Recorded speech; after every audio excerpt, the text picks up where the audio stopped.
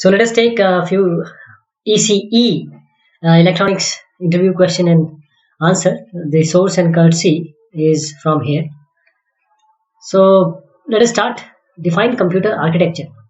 See, this question is very common because this question comes along with the computer organization also. What is the difference between computer architecture and computer organization? What is the difference between it? So let us learn computer architecture first. Computer architecture deals with the structure and behavior of a computer, including the instruction formats. Computer architecture deals with the structure and behavior of a computer. So, what will be the structure of a computer? That means you will have a CPU. You will have a say the CPU will contain registers and it will act on certain instructions and the instruction formats like operand, opcode, what kind of instruction it is going to handle. This is the architecture or behavior also. While when we talk about the organization, we talk about where is our cache, level 1 cache, level 2 cache.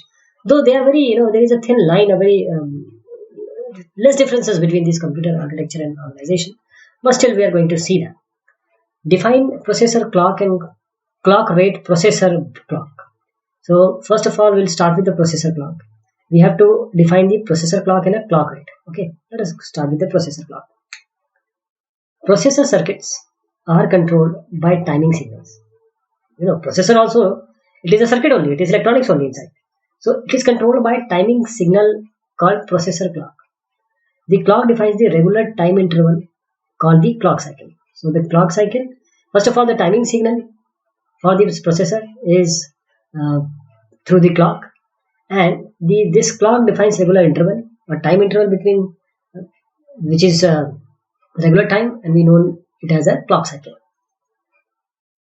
What is clock rate then? Clock rate, it is given by R is equal to 1 by P, and here this P is the length of one clock cycle. P is the length of one clock cycle. Explain the relation of throughput with execution and response time. First let us start with the throughput. So now we have to explain the relation between throughput and execution and response time also. So throughput is the total amount of work done in a given time. Throughput is nothing but the work done in a given unit time. Let us consider two cases. First, replacing the processor in a computer with a faster version. Adding additional processor to a system that uses multiple processors now for separate tasks. For example, handling of airline reservation system. So decreasing, we have to tell the relation. That is why I have taken this. So decreasing response time almost always improves the throughput. So in case 1, this one, where we are replacing the processor in a computer with a faster version. So in case 1, both response time and throughput, it will increase. In case 2, we are adding additional processor to a system that uses multiple processors for separate tasks. So in this case, none of the tasks gets work or they are completed faster. So throughput actually increases. Why? Because the demand for processing in the second case was almost as large as throughput. The system might force requests to queue up here. So in this case, increasing throughput would also increase the response time, since it would decrease the waiting time in the queue. Thus, in many real computer systems, changing either execution time or throughput, they are going to affect each other. Define MIPS rate and throughput rate. MIPS, million instruction per second rate. MIPS rate and throughput rate. MIPS, one alternative to time as a metric is our MIPS, million instruction per second, means how many million of instruction they are executed per second. So MIPS is nothing but the instruction count divided by execution time into this million number. So this MIPS measurement is also called as native MIPS to distinguish it from some alternate definitions of MIPS. So MIPS rate, what is MIPS rate? The rate at which the instructions are executed at a given time, at a particular given time. The rate at which is about the rate at which the instructions are executed. So throughput is what then? Throughput. Then we'll talk about the throughput rate. Throughput is, as we have just seen, the total amount of work done in a given time is throughput.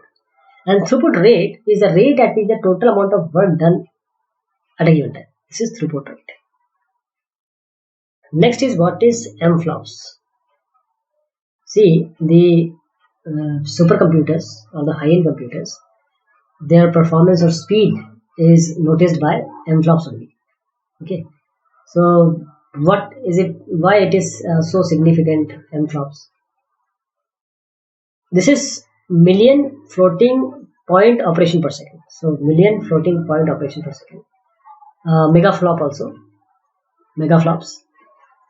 We have seen bits, million instruction per second. This is megaflops, and the formula of MFLOPS is given by the this expression, number of floating point operation in a program divided by execution time into million. That is in terms of million. So the MFLOP rating is dependent on the program. Different programs require execution of different number of float in point operations. So since MFLOPS were intended to measure the floating point performance only, they are not applicable outside that range, floating points. Compiler, as an extreme example, have a MFLOPS rating near 0, no matter how fast the machine is, because compilers rarely use floating point arithmetic.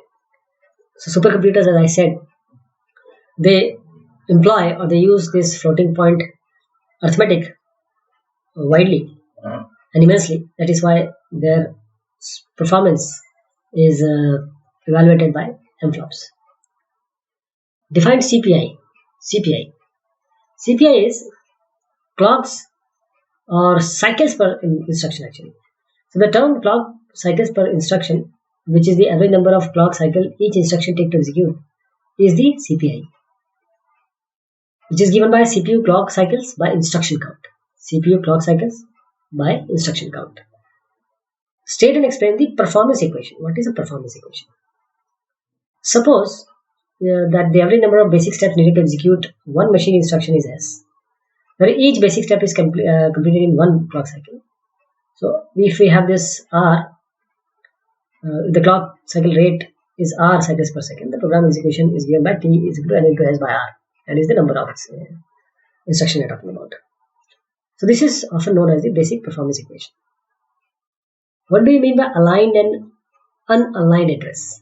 Aligned address, let us see first. In the case of 32-bit word length, natural word boundaries occur at address 0, 4, 8.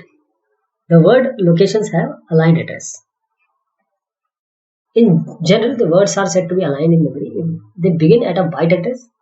That is a multiple of number of bytes in the word. Because 32, 4, 8, all these are, 32 is multiple of these numbers. Say 8 for the 32, 4 is the 32, and 16 to the 32.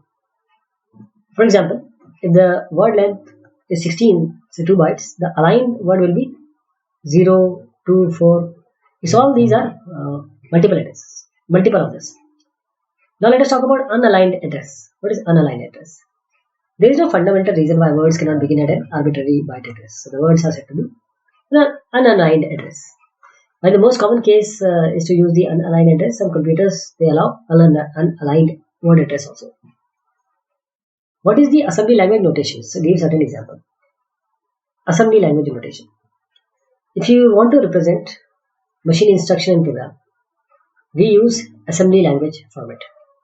For example, the statement specifies, let us see this specifies an instruction that causes the transfer described above from memory location LOC to the processor register R1. So this is moving of the content from LOC to R1. So the contents of LOC are unchanged by the execution of this instruction, but the old contents of R1 they are overwritten. And if we take one more example, say like this, add R1, R2, R3. So adding two numbers containing a processor, say R1 and R2, and the assembly language statement can specify placing it to the R3. And also we say that R3 will be overwritten. What is straight line sequencing?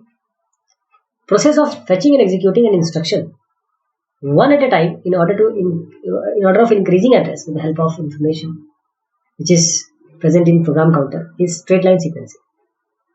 Specify the sequence of operation involved when an instruction is executed. So when execution happens for an instruction, First the instruction is fetched, then it is decoded, then operand is fetched, then it is executed, and then the cycle again reiterates. What are CC condition code? Explain the use of them. Condition codes are list of possible conditions that can be tested during the conditional instruction, like CC is used to test less than is equal to greater than. So based on this CC, jump instruction move to specified loop. So CC flag represent the value of processor that keeps the information about the results of various operations to use by conditional branches. Now what are addressing modes? Addressing mode. The different way in which the location of an operand is specified in an instruction is referred to as the addressing mode. It is a rule for interpreting and translating address field of an instruction into effective address from where the operand is actually referenced. Define absolute addressing. The absolute addressing is defined as the operand when the operand is in the memory location. So the address of this location is given explicitly in the instruction. So it may also be called as direct addressing. For example, this is assembler syntax addressing function EA LOC, where this effective address is the EA's effective address and this is LOC, line of control, or the assembler syntax, which is showing that we can assign the absolute address like this. Define the index mode. Index mode is defined as the effective address of the operand when it is generated by adding a constant value to the contents of a register. So symbolic representation is like this: XRI, where X is a constant value and RI is the name of the register. Addressing function like EA is equal to RI plus X. What are the number notations? When you are dealing with the numerical values, it is often convenient to use the familiar decimal notation. So these values are stored in a computer as a binary numbers. So in certain situations, it is more convenient to specify the binary patterns directly. In most assembler, they allow numerical values to be specified in different ways. So for instance, the number 93 is represented by the 8-bit binary number, this one. So if this value is to be used as an immediate operand, it can be just given as a decimal number, like this: add #93 to R1, or as just a binary number identified by the prefix symbol such as the percent sign add, like this, percentage with hash. So binary numbers can be written more compactly by hexadecimal representation also.